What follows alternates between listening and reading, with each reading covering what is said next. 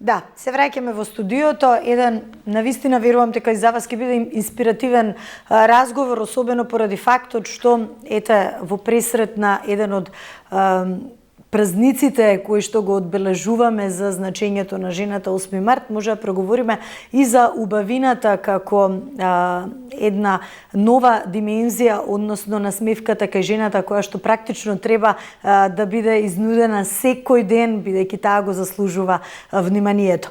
Но секако за здравата и убава насмевка се грижат специјалистите кои што знаат да направат секоја жена да се почувствува величинствено и убаво и во однос на таа орална медицина и во однос на естетската медицина. А за тоа најубаво секако би можеле да кажат оние кои што со години професионално го работат тоа, како мојата и ваша денешна гостинка, доктор Даниела Михајловска, специјалист ортодонт и сертифициран доктор за антиејџинг. Добар ден и добре дојдовте. Добро ве најдов, ви благодарам за вашата покана, како и секој што атмосфера и професионални до крај. Ви благодарам многу. Реков дека во пресрет на празникот кој што го одбележуваме, нели, да биде посветен на жената, иако таа го заслужува вниманието секој ден од годината, во пресрет на 8 март, што е она што можеби би можеле да го кажеме дека може да биде еден спој на она орална медицина и естетска медицина, кога се работи за една убава, пријатна насмевка, она што можеби е предизвик во 21 век, кај секоја жена, па секако и кај мажите, ќе позборуваме и за тоа. Меѓутоа, што е она што практично е новитет во, да кажем, 2026 година, што е она што го бараат за да има еден природен, еден убав изглед, но од друга страна да биде, нели, секако и тоа една здрава насмевка.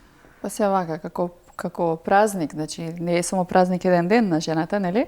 И не е само една ружа, туку жената треба се негува како една подолгогодишна инвестиција и сепак една како дефиниција е позната дека жените веќе се грижат за себе и е тренд кој што оди во нагорна линија.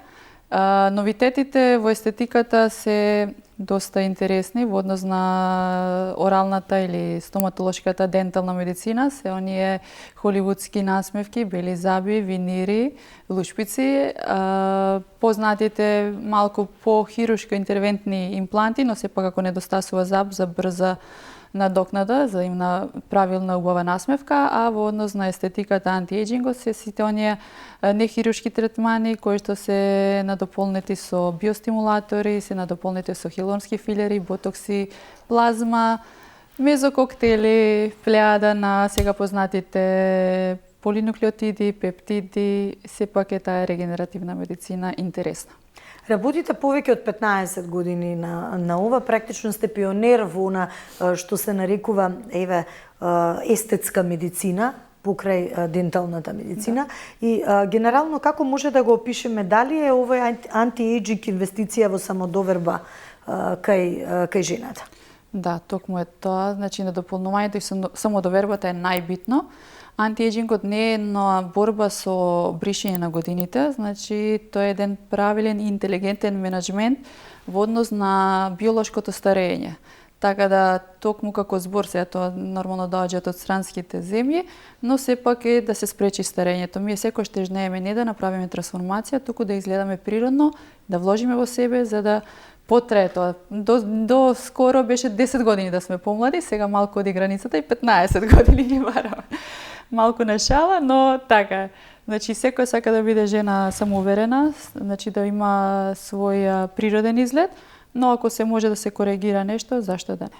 Која е најдобра возраст, да кажеме, од кога треба да се почне да се бара совет од професионалци и конкретно што е она кај младата популација што најмногу ги привлекува во однос на модните трендови? Границата сега како во однос на групација на превенција, значи од 25-30 година имаме третмани кои што треба да започнеме токму со превенција, значи се понежни третмани во однос на стимулација, во однос на витамини и тогаш нешто самиот збор превенција, значи спречуваме да се продлабочи. Оние години од 30 до 40 година веќе сме во една добра средина, тогаш се применуваат третманите како биостимулатори, како скин бустери, каде што регенерацијата ни е битна. Значи, подпомагаме во кожата да нешто се стимулира, да нешто создава. Ако до сега се оставила една клетка, да се направат две, ако можеме. А после 45-та година тоа се третманите кои што се продлабочени, се користат наречени материјали со поголема густина за да се регенерира подлабоко во слојот на кожата.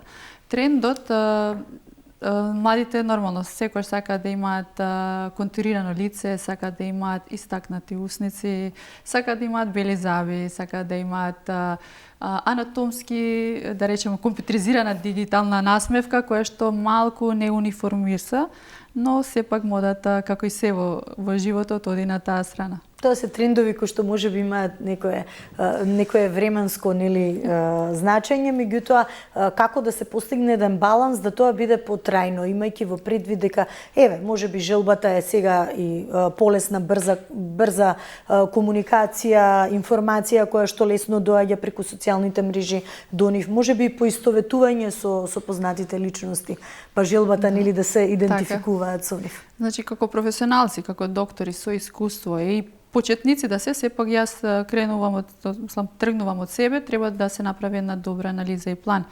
Секоја особа треба да му се каже дали спрема возраста му одговара тој третман. Можеби че изгледа поубаво, но не е убаво секојаш да имаме некоја вештачка интервенција на себе. Ако има 25 години и ако има бели зъби, сега не биле сите подредени точно, имаме да речеме фолии да се исправат зъби, не мора секојаш да се оди на протетски начин. Треба да се насочат да размислат што би добиле од тој третман. Во однос на негата на кожата, тогаш може да се оди постепено и да се работи во добивање на сјајност, во континуитет, на убава структура на кожата. Нормално секој сака да каже имаме бебешка кожа, нели така милуваме да кажеме. Тогаш е оправдано, но ако сега сакаме да имаме екстремно уста кој што некоја пејачка или некој познат глумец имало изразен jawline и сега сакаш да личиш на него, а спрема годините или спрема професијата не ти одговара, значи добронамерно е ние како професионалци да не да ги одвратиме, туку да им кажеме дека можеби да се посоветуваат, но сега ако веќе инсистираат, не е тоа да се потпише некој документ дека сам сакаш така да изгледаш, но сепак е нормално професионално да се каже дека за таа возраст тоа не ти одговара. Колку е важна хидратацијата во однос на сите методи кои што се применуваат? Па пред се тоа е базата, значи дехидрирана кожа, скоро од уморен изглед, од начинот на живот, од загадениот воздух, од стресот, го имаме. Значи оние креми не можат да хидрираат колку што ние со самите материјали аплицираме во мезодермот во средните слоеви, така да и е поинтензивно. Нормално хидратацијата е базата. Нашето тело е вода, мора минерали, мора витамини, олигоелементи, а после тоа оди на хиалурон, па колаген, па постепено се надоврзуваат другите материјали. Хидратацијата е број 1, па после иде биостимулацијата, па пополнувачите. Сигурна сум дека кога ќе дојдат да се посоветуваат практично како прв чекор, нели, пред да побараат пациентите некоја интервенција кај вас, веднаш што ги асоцира е малку страв дали некои од третманите се болни. Па првин дали се болни, фобија од игла имаме сите и за други интервенции, значи ако може тоа да биде со крема, ама да не е безболно и така натака. Но сепак едно е дека е болката, а другото е страф од безбедноста, што нормално што ќе се случи со тој материјал или како ќе делува во устната празнина, значи ми користиме токму хемикали за избелување, користиме порцелански надоградби кои што се силикати. Мора секојаш да бидеме сепак анамнестички спремни. Нас не се случило во ординации каде што многу ретко и од јод да биде некој алергичен, например. И секојаш безбедноста не е само безбедноста понатака, колку ќе ми траат или колку ќе гарантирате или колку ќе трае, да речеме, филерот или колку порцеланите ќе ги носам.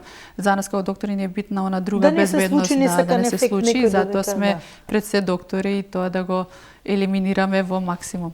Но сепак и пациентите треба да бидат искрени, зашто многу се случува, затоа што прикриваат за да добијат интервенции кои што ги сакаат и тогаш имаме некојаш и мал проблем, но не се тие толку драстични, но сепак треба да се елиминираат. И може да се случат така не сакани. Да, и затоа се оние анамнестички податоци кај што се потпишуваат и се кажуваат затоа што отпосле ќе се случи нешто, ама јас на тоа сум алергичен, јас сум нова и тогаш не се случуваат малку потешки со работи. Да не се водат само слепо трендовите. И затоа не е само болка од игла, кај нас е она поболното од другата страна. Така.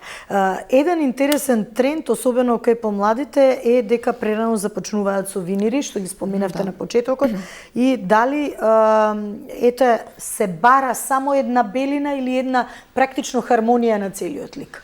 Тоа е така, но јас пак суштински ќе го кажам проблемот дека треба многу порано да се советува. Значи во една, да речеме, фамилија или во една, како и све што го учиме детето поред, така да не е проблем за парите, може некој ќе издействува пари, ќе направи, но сепак од типот на винири имаме различни типови. Ако имаме доволно простори, ако не се стружат забите, тогаш е како нешто надградба на себе може да се направи. Зашто да нема една убава насмевка ако има оштетени пломби, ако има криви заби, ако има кратки заби, а сепак му треба во однос на професија, му треба во однос на самодоверба, во однос на сигурност, тогаш е оправдано и можеби и по помали, да речеме, граници од она што е дозволено, но сепак над 18 години се препорачува, пред 18 години не.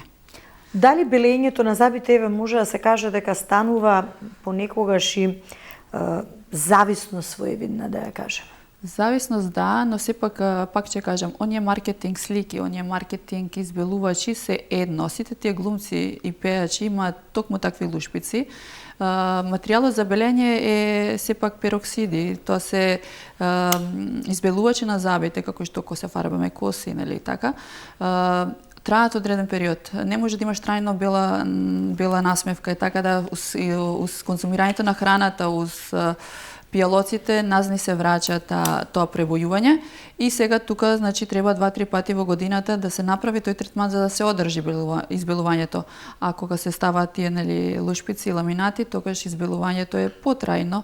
Сега млада популација ги гледа тие слики и барат значи таков ефект за да има јако бела насмевка, значи сепак треба и нешто да не е тоа оштетеме, но сепак треба да прогресивно работиме на тој дел. И како крајен ефект, нели, на самата конструкција на ликот и на самиот изглед. Па сега, знаеш, како природно е да имаме бели заби, но кога веќе она кречасто бели, значи бличинг, имаме ние нијанси на бличинг, не е само една боја, тогаш од самата просторија кој ќе влезе, да речеме, некоја особа, знаеш веќе дека има бели заби, но сепак тоа е дел од трендот, дел од современиот живот и јас го поддржувам, но сепак во граници, да не дојде до оштетување само на забите. Се она што може да биде како надградба, додавање, тогаш без да се оштети онај маил, тогаш може. Нека проба секој, знаеш да. Да биде убава, меѓутоа да биде и здрава насмевка. Природно и вкусно и сепак да се одри сите тие протезски работи ни зависат пред се и од естетиката. Колку еден доктор естетичар, затоа што може да се изработат, да речеме, поголеми заби, погломазни во однос на анатомијата и формата на лицето, па така да изгледаат сварно вештачки. А белиот заб како бел заб не прави проблем толку. Значи сите сакаме бели заби, бараме нели пасти да избелуваме заби секој дневно, ама не оди тоа, тешко не оди. Тешко оди, да. Рековме да биде се тоа во еден убав склад, во една убава хармонија, да биде нели и самиот лик така свеж, природен, а од друга страна и здравата насмевка е нешто што можеби треба да биде прв приоритет кога сакаме да добиеме еден краен производ. Интересно ми беше во делот на антиејџингот, бидејќи тоа практично, рековме, е една своевидна инвестиција и во самодовербата и во начинот на кој што нели веќе одиме во тековите на 21 век, меѓутоа која е разликата меѓу онаа хидратација што ја споменавме, биостимулацијата и волуменската корекција? Хидратацијата е значи освежување, витамини, стимулација. Биорегенерацијата е фазата каде што ние делуваме со препарати за да го стимулираме ткивото, да се создадат нови колагени, еластични, фибрински влакна. Значи, ние делуваме во структурата, во на арматура, во градбата на самите клетки, а во однос на нормално пополнувачите, веќе ни се третмани каде што пополнуваме подлабоки бразди, добиваме волуминизација, значи имаме ткива кај што ни треба истакнат, например, јагодица, истакната, да речеме, долна третина на лице, може да се истакне некојаш брада. Тоа се веќе препарати каде што пополнуваме, каде што имаме потрошено ткиво, да речем. Некој па сака да изгледа малку поатрактивно, но сепак се тие најгустите и најалармантните. Така, дали, еве, својствено нова таа биостимулација станува некој златен стандард во однос на естетскиот изглед? Добро е, прошлата година и сега, значи трендот е токму да не направиме волуминизација на лицето, да не изгледаме со трансформација, да изгледаме природно и вкусно. Токму тие биостимулатори, скин бустери и колагенски препарати, баш бе скоро на презентација на филери кои што во себе содржат и колаген, каде што со неколку точки на апликација на лицето не се пополнува линеарно, туку се ставаат лигаментарно, каде што самиот работи материјал кратерски во тој реон и доаѓа до лифтизирање и затегнување, а немаме надуеност, немаме форма на изглед каде што некој од надвор ќе те примети дека нешто си ставил, сепак ми сакаме да изгледаме таинствено и така треба, но сепак подмладено. Тие биостимулации, скин бустери сега се иднината, надополнети се токму со тие пептиди и екзозоми. Пептидите се еден тип, да ги објаснам како дел од структурата на клетката, кој што делува во градбата, значи ова збориме на молекуларно ниво, каде што стимулацијата токму на тие клетки ги прави.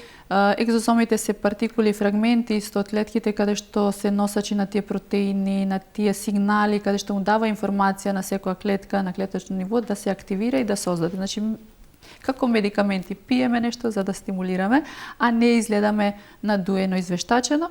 И сепак е природен процес, каде што медицината, баш таа антиејджинг, се насочува конкретно на тоа, зашто многу е лесно да се издеформираш, но многу е тешко да останеш природен. Така. И колку еве овие практично иновативни третмани се навистина научно потврдени или од друга страна да ги анализираме како маркетинг еде на модерното време и на модерното живење? Научно се докажано, сега секоја студија која што се работи веќе е со години назад тестирана, но сепак трендот налагува секоја фирма, значи започнала со некои класични филери, па се надградува со биостимулатори, да речеме со одредена фирма на ботокси, на конци, значи секоја плејада на како трендот што е кај нас, значи во примената, така и во нивните фабрики во производство, тежне на нешто новитетски.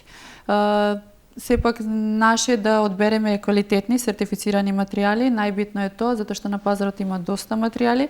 Битна ни е цената како на секој, нормално и ние како доктори, сепак кога ќе понудиме нешто поскапо, мора да го објасниме зашто е тоа поскапо, не е само заради во ординацијата се случуваат такви ценовни услуги, но народот треба да знае секогаш да се избере правилно, затоа е денеска токму електронски, нели се гугла, се проверува, форуми, се чита токму за материјалот што е и како. Не ретко некој да примени нешто што е како стартер, како база или иновација. Но сепак медицината не може еден лек на сите да е исто, се следат и промени, се следат и нюс ефекти, секогаш има нешто што ке секој организам не одговара, па нормално се советуваат тие производствени компании, но сепак наложуваат надградби на сето тоа. Многу информации, но треба да се селектира, нели, да се филтрира најдоброто и секако клучна и базична е комуникацијата со професионалци, да не биде тоа само некој вид на експериментирање, а потоа да излезат некој, не дај Боже, нус појави.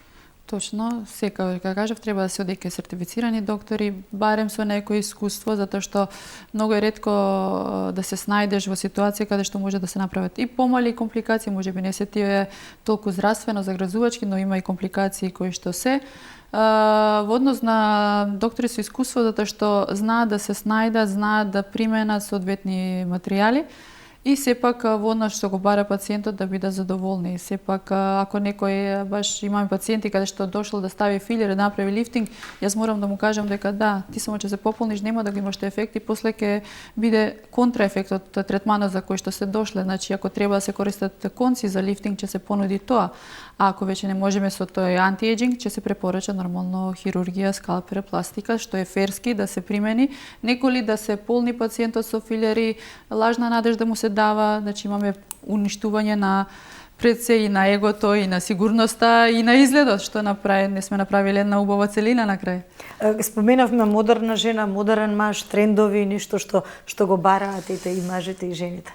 Па да, сега овие естетски третмани пред се и во стоматологијата се барани во однос на Hollywood Smile, во однос на исправувањето на забите. Денеска многу е битно што луѓето на тие, да речем, кратки аномали, помали аномали на забите ги решаваат користат фолио лајнери за исправање, користат протези, invisible, инкогнито протези и се посветуваат, значи за себе. Битно е да има една здрава бела насмевка. Зашто? Затоа што кога одиме по странските држави и кога прават интервју за работа, нели? Вика една убава насмевка ми дава плюс бенефит и самиот работодавач вика да, некој вложил во себе и се грижел. Не го интересира која цена и што направил, но го гледа како целина дека се посветил на себе. Така и со естетиката.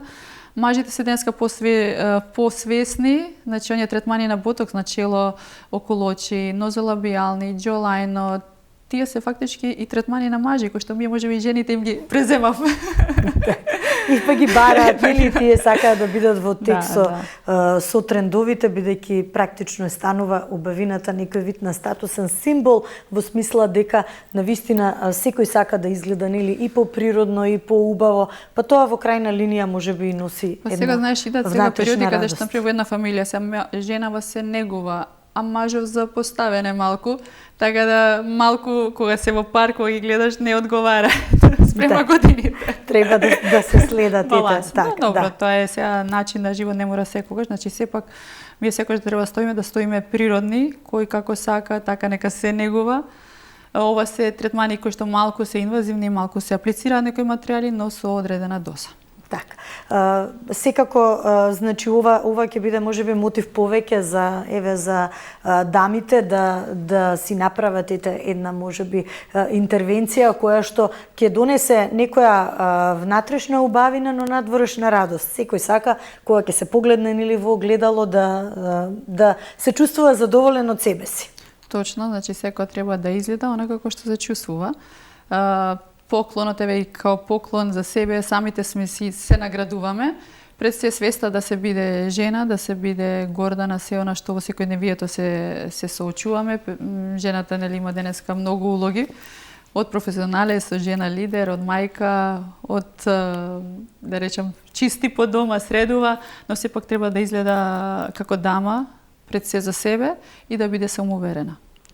Докторка, благодарам што бевте заедно со нас. Верувам дека ова беше мотив повеќе секој да размислува не само за внатрешната енергија и убавина, туку и за надворешната која што практично не прави и посрекни, но и здрави во крајна линија. Она што го споменавте нешто за што ете 21-виот век, модерните текови бараат посебно внимание, а секоја жена си го заслужува тоа. Точно. Па и мажите. Точно, сепак убавината е една голема и тивка моќ, а антиејџингот е една стратегија, сето тоа се дополнува за една правилна за еден правилен изглед денеска, да кажеме, во општеството, сакаме да биде убави.